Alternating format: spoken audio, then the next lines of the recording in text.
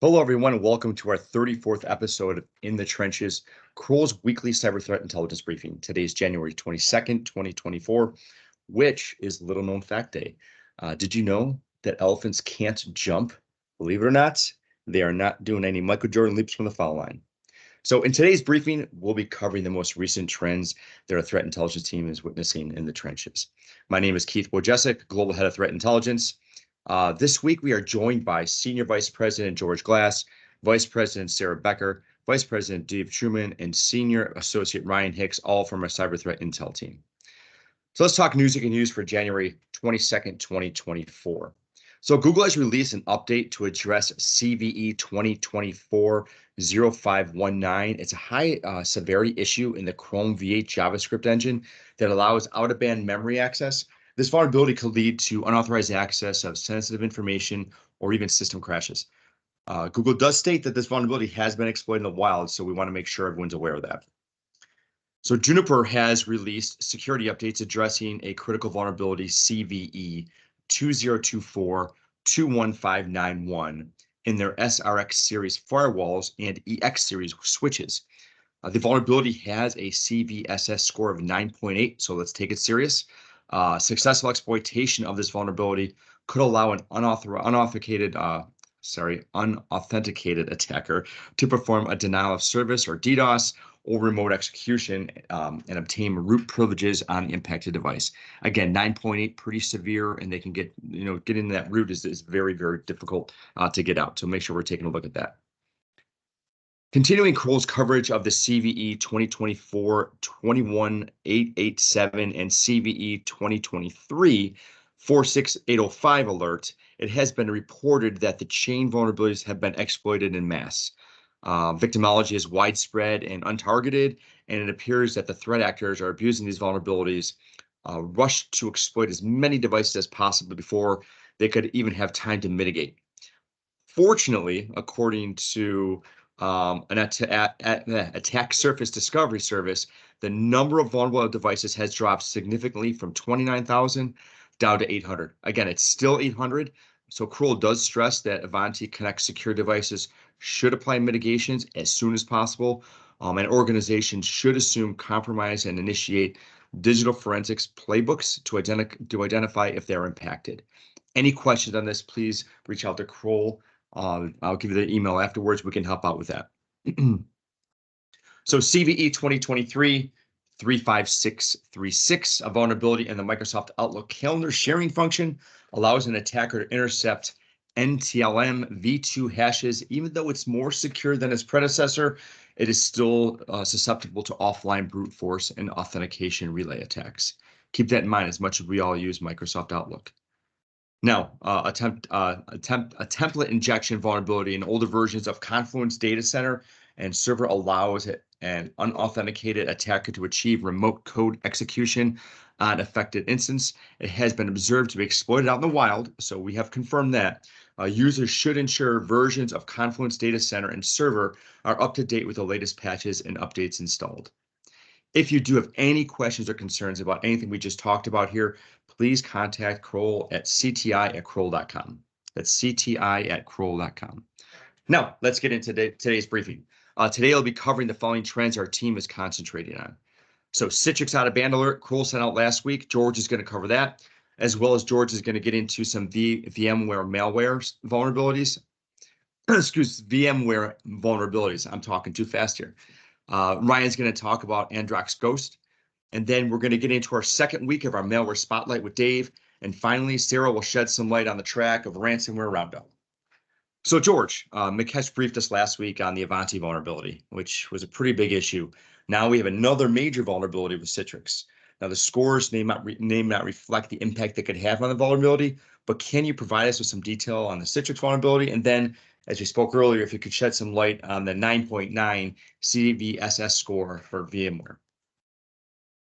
Yeah, absolutely. Thanks, Keith. The vulnerability onslaught of 2024 goes unabated, unfortunately.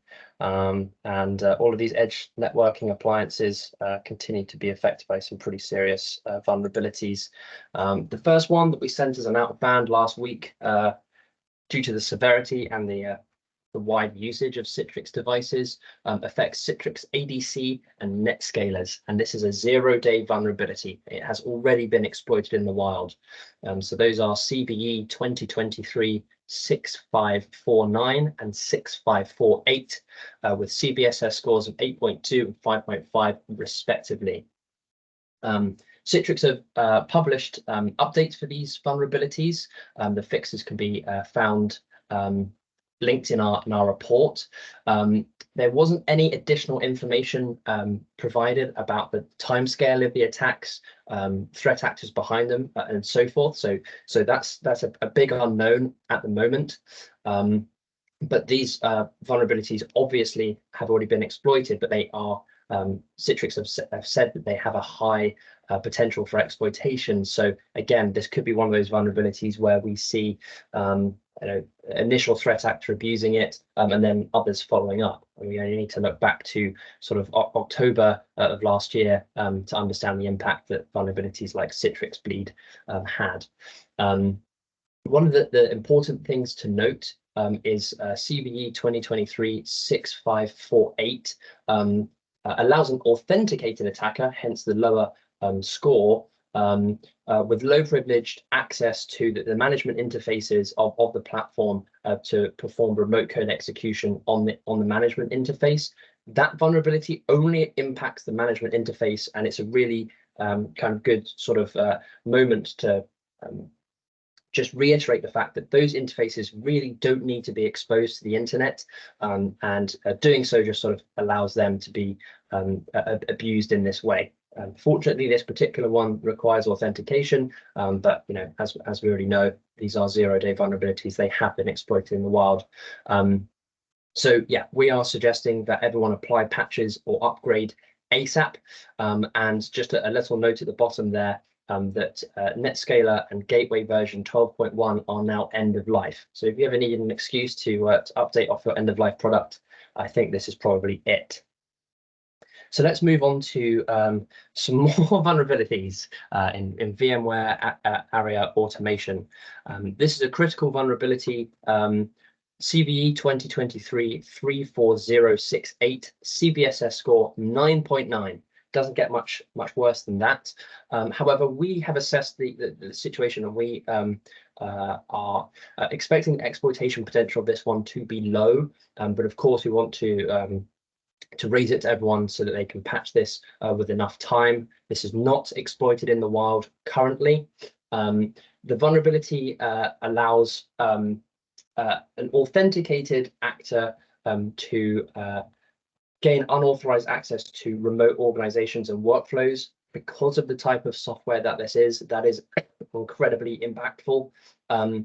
And although there wasn't an awful lot of technical details shared, we assess that a low privileged authenticator attacker can essentially gain access to the orchestrator role, which allows them to access remote organizations and machines. This has potential to be a pretty significant supply chain attack vector for organizations if they outsource this kind of capability. So one to really be aware of there. Because of the authenticated nature of this, we expect to see it's less likely to see sort of mass exploitation, but of course the vulnerability is there, and I'm sure threat actors are already working on crafting exploits for it. Again, our mitigation advice is to update ASAP, and of note is version 8.16x is not affected by this vulnerability, and Aria automation cloud instances have already had the mitigations applied according to VMware. And that's it for me today. Back to you, Keith. Thank you very much. Thanks, George. I really appreciate that. Yeah, it's kind of crazy. Wild West out there right now. So Ryan, I'm going to have you reel us back in. Now, the U.S. government is notifying users about malware campaign targeting web servers. Can you let us know what you're investigating and what security professionals should do to mitigate? Hi, thanks, Keith. So yeah, you said the FBI and CISA reported on Androx Ghost compromises, and they really noted the ability for the malware to first establish a botnet and then go after additional vulnerable devices. And the interesting part, which we kind of wanted to highlight is the vulnerabilities that the botnet scanned for were quite old vulnerabilities in PHP, Laravel, and Apache web server. And as you can see from that sort of CV list there, from the numbers, they are, as I said, all quite old vulnerabilities that have been known about for some time, the earliest being 2017. And the age of these vulnerabilities sort of suggests that the exploited web service were perhaps legacy systems that were unknown to security teams, or possibly just due down to kind of lack of patch management over years for those internet connected servers. And during the Apache targeting, the vulnerability was exploited to perform a path traversal attack, and that eventually led to remote code execution. And in this case, the actors were able to obtain credentials for any services being used, which were then used to access the sensitive data on those services. So in one case, Amazon Web Services was one of those services, whereby the actor gained credentials, started creating users, different user policies, and also creating new AWS instances. So the kind of key message really here is surrounding those old vulnerabilities being successfully targeted, and the recommendation I really wanted to highlight here is kind of ensuring organizations understand all the assets that they have in their environment, particularly those that are internet connected. I don't have kind of full information of whether, of course, they were known or unknown in these cases, but there is potential for that as I said. And any of those kind of legacy systems that are sat out there with these vulnerabilities are just sort of tempting threat actors to come after them, and that could potentially lead to quite impactful compromises, which were the cases with Androx Ghost here. And we've also provided a link to a list of the full list of mitigations that the FBI also put out, in addition to what I've just mentioned, and that's held within the weekly report. So definitely recommend go seeing that kind of full list for other mitigations. But on that, I'll hand back to Keith. Thank you. Thank you very much, Ryan. Excuse me. And as promised, we're looking into a little bit of Malware Chronicles with Dave for week 2. So Dave. Thank you, Keith. ASYNCRAT is a remote access Trojan that's been available since 2019. The malware was one of the most widely distributed rats of 2023. The malware is open source and available on GitHub under the user NeanXCat.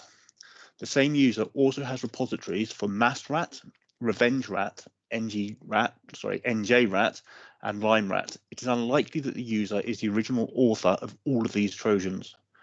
ASYNCRAT has been reported as being used by both state-sponsored and criminal actors. It has been seen attacking multiple industry vectors, some of widely reported being hospitality, aviation, defense, transport, insurance, and energy. Due to the rat being freely available and its popularity amongst a wide range of threat actors, most industry verticals should consider it a threat. ASYNCRAT has wide feature sets that includes information stealing tools such as keyloggers and browser credential extraction, system interaction via file and process managers, resource hijacking in the form of cryptocurrency miners, and launching denial of service attacks. A full list of the features can be found in our weekly report. As well as these features, the malware also includes anti-analysis code, mostly designed around detecting virtualization, debugging, or antivirus software. Persistence is maintained via the Windows current version run registry key unless it ran with administration privileges, in which case it will switch to using a scheduled task. The most common method of initial infection is via phishing emails, although Kroll has seen an actor installing the malware themselves after gaining access to a host. A large set of phishing campaigns recently seen make use of the MSHTA exe to launch an HTML application file. This is usually launched via one of a variety of Office document techniques, for example, malicious Excel macros or Word documents containing exploits. We expect ASYNCRAT to continue to see wide usage in 2024. Thank you. Keith? Thanks, Dave. Yeah, that's a scary one for the coming year, so we'll keep an eye on that for sure. So, Sarah, we have a lot going on in the Ransomware Roundup today. So I'm going to hoof on over to what you're munching on. What do you got for us today, Sarah? All right, thanks, Keith. I have 2 stories for us today. So the first one is the Akira threat actors, there have been 2 different attacks where it's being claimed that they are wiping victims' backups. So Akira was first detected in Finland, and this was around June 2023, and this ransomware group still remains fairly active. The Finnish National Cybersecurity Center has been monitoring attacks against different like victim organizations, Finnish organizations, and 3 occurred during the recent holiday season. So once diving into these attacks, they're seeing that Akira threat actors are targeting companies with vulnerable interfacing Cisco ASA or FTD devices, and then wiping those companies' backups before deploying the ransomware. These threat actors were able to gain access by either stolen or leaked credentials or through the vulnerability CVE 2023-20269. So this vulnerability affects Cisco firewalls due to improper separation of authentication, authorization, and accounting between the remote access VPN feature and the HTTPS management and site-to-site VPN feature. Also, they were saying that these victim accounts were not fully secured with additional security measures such as multi-factor authentication. So that was just another level that wasn't there for the safety of the company. So once the threat actors gained access, they scanned the networks, encrypted physical and virtual servers, and then deleted all backups. So according to the NCSC, the network attached storage servers that are often used for backups on the network have been hacked and wiped, as have automatic tape backup devices. And in almost every case we know of, all backups have been lost. So they are recommending companies to enable multi-factor authentication. That's usually a big recommendation. And for organizations to create offline backups and store them in various locations just to have that extra level of security. And then next story we have is a new ransomware group, No Name, is now posting same victims as Lockbit has previously posted. So No Name has recently posted the various victims on their data leak site, and it turns out to be the same victims that Lockbit has posted on their data leak site.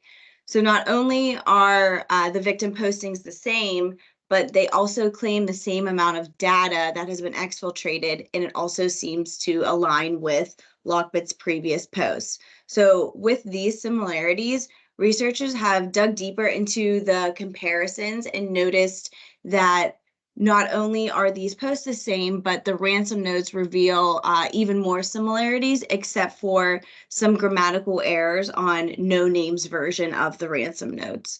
So it's not currently determined if No Name is maybe a previous Lockbit affiliate, or if this group is just kind of a copycat of Lockbit. That's all for me, Keith. Thank you very much, Sarah. Appreciate the update. I would also like to thank everybody that's taken the time to tune in today's Kroll's in the Trenches weekly cyber threat intelligence briefing. We do hope you found the session informative. If you have any follow-up questions about the briefing or anything else that is related to this, please contact the team at cti@kroll.com. That's cti@kroll.com. Thank you again and have a wonderful day.